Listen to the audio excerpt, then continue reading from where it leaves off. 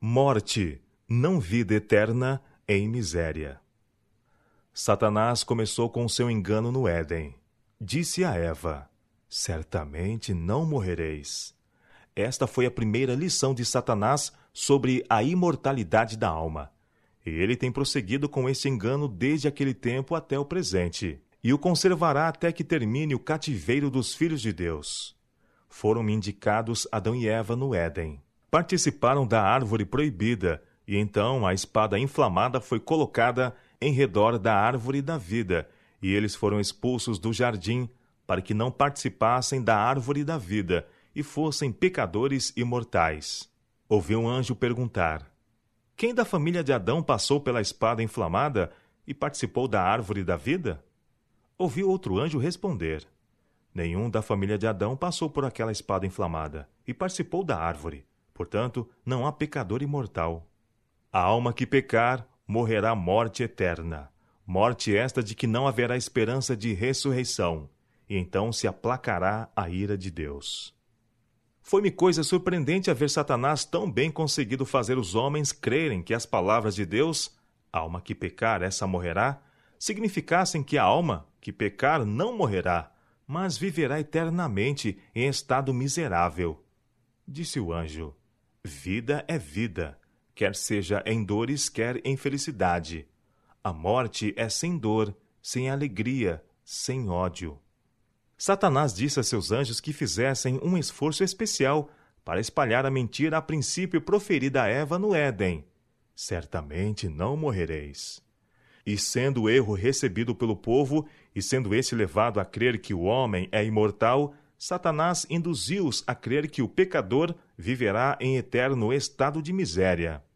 Achava-se então preparado o caminho para Satanás agir, por intermédio de seus representantes, e apresentar a Deus perante o povo como um tirano vingativo, como alguém que mergulhe no inferno todos os que não lhe agradem, e os faça para sempre sentir sua ira. E enquanto sofrem indizível aflição e se contorcem nas chamas eternas, é ele representado a olhar sobre eles com satisfação. Satanás sabia que se esse erro fosse recebido, Deus seria odiado por muitos, em vez de amado e adorado, e que muitos seriam levados a crer que as ameaças da palavra de Deus não seriam literalmente cumpridas, pois que seria contra seu caráter de benevolência e amor mergulhar nos tormentos eternos seres que ele criara. Outro extremo que Satanás tem levado o povo a adotar consiste em não tomarem em nenhuma consideração a justiça de Deus e as ameaças de sua palavra, e representá-lo como sendo tudo misericórdia, de modo que ninguém perecerá, mas que todos, tanto santos como pecadores, serão finalmente salvos em seu reino. Em consequência dos erros populares da imortalidade da alma e do intérmino estado de misérias, Satanás tira vantagem de outra classe e os leva a considerar a Bíblia como um livro não inspirado. Acham que ela ensina muitas coisas boas, mas não podem depositar confiança na mesma e amá-la, porque lhes foi ensinado que ela declara a doutrina do tormento eterno. Uma outra classe Satanás ainda leva mais longe, mesmo a negar a existência de Deus. Não podem ver coerência no caráter do Deus da Bíblia, se ele infligirá horríveis torturas a uma parte da família humana por toda a eternidade. Portanto, negam a Bíblia e seu autor e consideram a morte como um sono eterno. Ainda há outra classe, que é medrosa e tímida. A estes, Satanás tenta para cometer pecado, e depois de haverem pecado, mostra-lhes que o salário do pecado não é a morte, mas vida em horríveis tormentos, a serem suportados pelas eras sem fim da eternidade. Aumentando assim diante de seus espíritos fracos os horrores de um inferno eterno, toma posse de suas mentes e eles perdem a razão. Então Satanás e seus anjos exultam, e os incrédulos e ateus se unem em lançar o vitupério sobre o cristianismo. Pretendem que estes males são os resultados naturais de crer na Bíblia e em seu autor, ao passo que são eles os resultados de receber a heresia popular. Vi que o exército celestial estava cheio de indignação por causa desta ousada obra de Satanás. Indaguei porque se consentia que todos esses enganos se apoderassem da mente dos homens, quando os anjos de Deus eram poderosos e, sendo comissionados, poderiam facilmente quebrar o poder do inimigo. Vi então que Deus sabia que Satanás experimentaria todo o artifício para destruir o homem. Portanto, fez com que sua palavra fosse escrita, e esclareceu de tal maneira os seus propósitos com relação à raça humana que nem o mais fraco precisa errar. Depois de haver dado sua palavra ao homem, preservou-a cuidadosamente da destruição por Satanás e seus anjos, ou por qualquer de seus agentes ou representantes. Conquanto outros livros pudessem ser destruídos, este deveria ser imortal. E próximo do fim do tempo, quando aumentassem os embustes de Satanás, deveria ser multiplicado, de tal maneira que todos os que quisessem poderiam ter dele um exemplar, e poderiam, assim desejando, armar-se contra os enganos e prodígios de mentira de Satanás.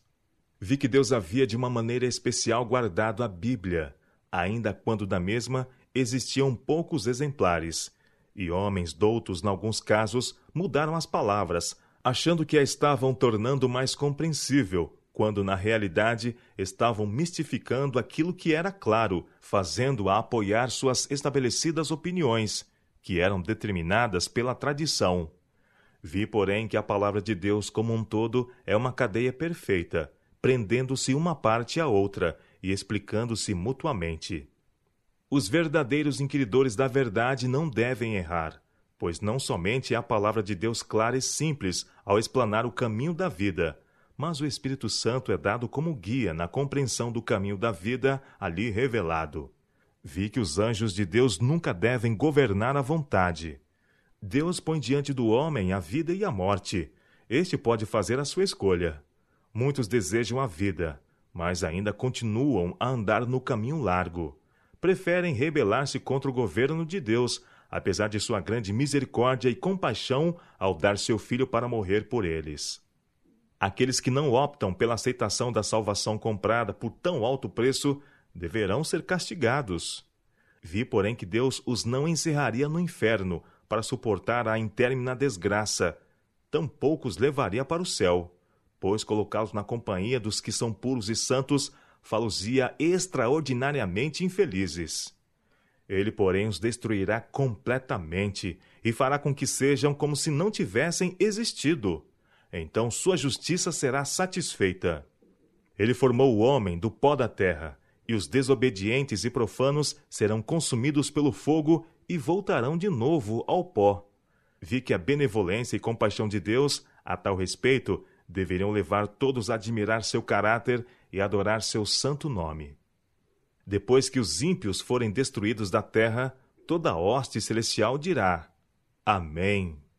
Satanás olha com grande satisfação para os que professam o nome de Cristo, embora se apeguem intimamente aos enganos a que ele mesmo deu origem. Sua obra é ainda inventar novos enganos, e seu poder e arte continuamente crescem nessa direção. Ele levou os seus representantes, os papas e os sacerdotes, a se exaltarem a si mesmos e a instigar o povo a perseguir duramente e destruir os que não estavam dispostos a aceitar os seus enganos. Oh, os sofrimentos e agonias que os preciosos seguidores de Cristo foram levados a suportar. Anjos guardaram fiel registro de tudo. Satanás e seus anjos maus, exultantemente, disseram aos anjos que ministravam a esses santos sofredores que eles deviam ser todos mortos, a fim de que não fosse deixado na terra um só cristão fiel. Vi que a igreja de Deus estava então pura. Não havia perigo de para ela entrarem homens de coração corrupto, pois os verdadeiros cristãos que ousaram declarar sua fé estavam em perigo do suplício no cavalete, na fogueira e em toda espécie de tortura que Satanás e seus anjos maus seriam capazes de inventar ou inspirar à mente dos homens.